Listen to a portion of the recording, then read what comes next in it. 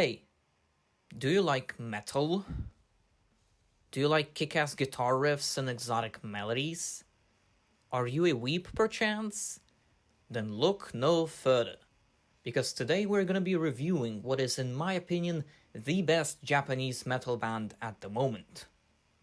Ladies and gentlemen, I present to you a Crowd of Rebellion. I won't be talking too much about the history of the band, or stuff you can easily find online about them to spare our rotten ADHD brains.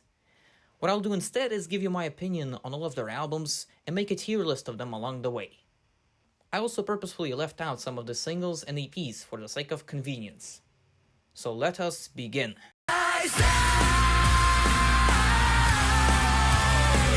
Starting off with their first EP, Hydrangea, which is an Asian flower. Released in 2012, this record retains the classic 2000s metalcore sound with breakdowns and 5/7/8 riffs, while still sounding very fresh and distinctly Japanese.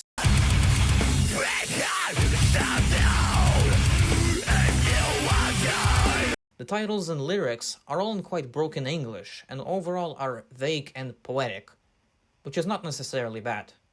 Or is it? Here we also have the first instance of their trademark vocal dynamic between the harsh growls and screams of Miyata Daisaku and high-pitched singing of their second vocalist and guitarist Kobayashi Ryosuke, who, by the way, is a man. All in all, a pretty nice debut. Solid B tier.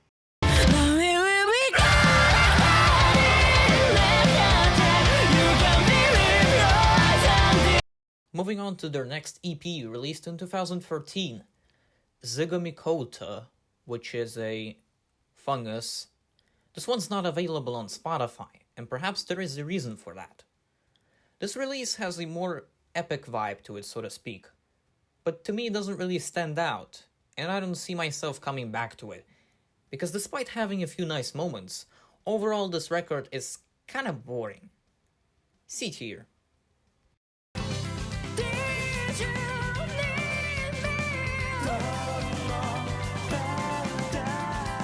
Next up we have Calendula.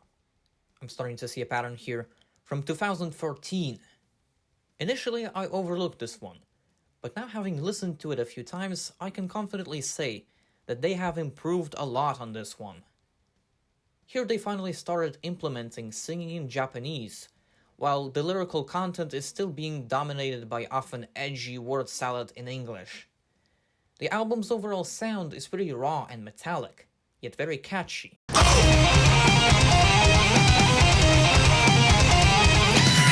It also features an introduction, a sad boy hour interlude, and a nice ballad, Aquarium. With this release, we have a little glimpse of that which is to come.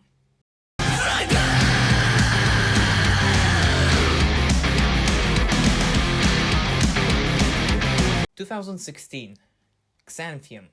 The band once again telling us that they didn't skip their biology class with this name. This first full album is absolutely fantastic, and I mean it.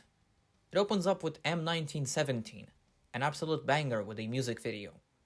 The band continues to amaze with heavy tracks, which all sound distinct, yet paint a complete picture when put together.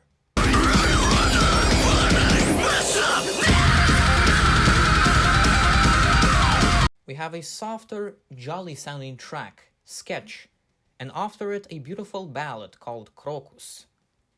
Then we're met with She'll Never Forgive to Be Insulted, probably the heaviest song on the record, based on a Japanese folk story.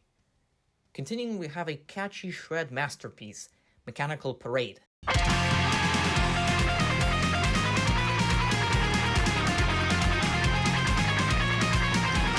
The album ends on a very atmospheric note with Traffic Light.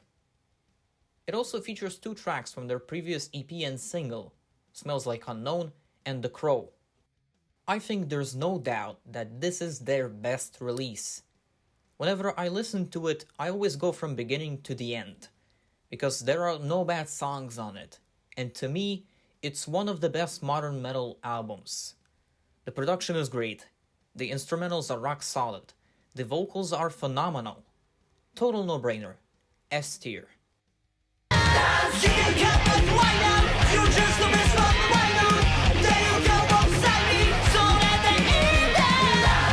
next one on the list is Gingerol, a chemical found in fresh ginger that activates heat receptors on the tongue, released in 2017. When I got to this album after Xanthium, I was surprised by how different it sounded. Pleasantly surprised. With this one, they delved into more alternative metal territory, decreasing the heaviness, but putting more emphasis on the melody, which left them with a futuristic rocky sound. Again, here we have an intro and an interlude. Some notable tracks include Nexus, Matsuri Weapon, Great Metal Songs,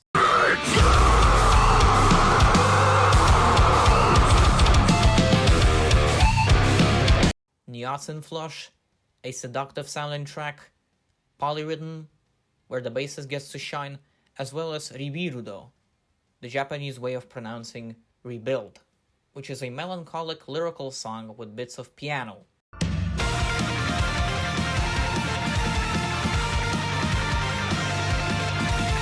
While I usually don't listen to this record from start to finish, it's still a very fresh release, and I really appreciate the band trying new things without disappointing us. S tier below Xanthium.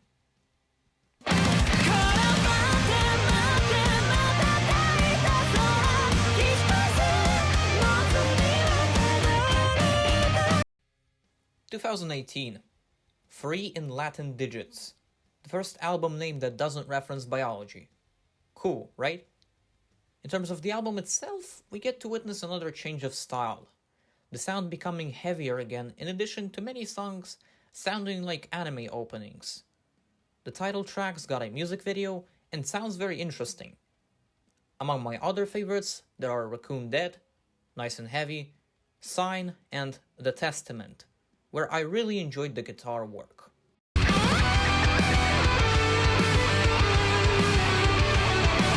Overall, this release sounds more melancholic than the previous one, and I feel like the mix is more muddy. Perhaps because of my Chinese gaming headphones, but still, in comparison to Xanthium, you can hear the instruments individually so well. My verdict is low S tier.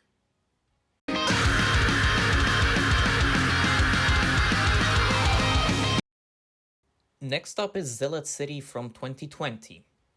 Now this is their quintessential album, where they really took all the best they had and put it together, creating an hour-long stream of joy. It's hard to overstate how good this release truly is, because it's just got everything. You have ballads like Up to Me and Redo, you have heavy tracks like Alone Died or Hanged Man _A, the latter being all over the place musically with a trap intro, in addition to having a trippy animated music video. The other tracks are guaranteed to have the catchiest, most headbanging choruses one can imagine. Prime examples being Under the Split Tree, OD, and Stick vs. Mad Dog.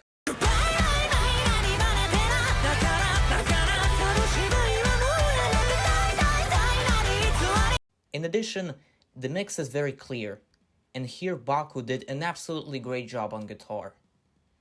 I really don't have enough words to describe just how much I love this record. My appreciation grows for it every time I listen to it. Now, as much as I love Xanthium, I think this release objectively deserves to be placed in S tier, taking the number 1 spot.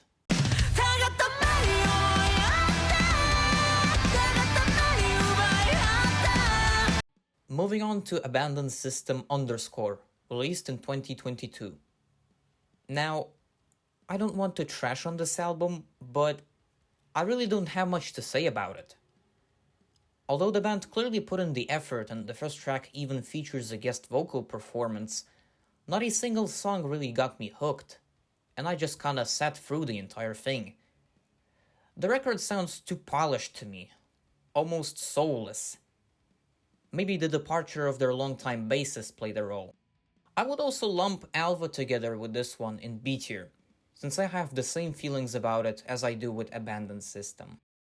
As of today, their last release is a single called Ho-Ko, hope I'm pronouncing that right, which they put out this year, which feels like an upgrade to me. Now, this list was largely subjective, And I also didn't take the lyrical content that seriously because of the language barrier. With that in mind, please like this video and subscribe to the channel, turn on the notification bell, and if you're an A-core fan, please tell me where you agree or disagree with my picks. And if one of the band members is watching this, I love you, keep on rocking, and please come to Europe. It was Mr. Hermit with you today. Stay tuned for more cool metal stuff, and I wish you all the best.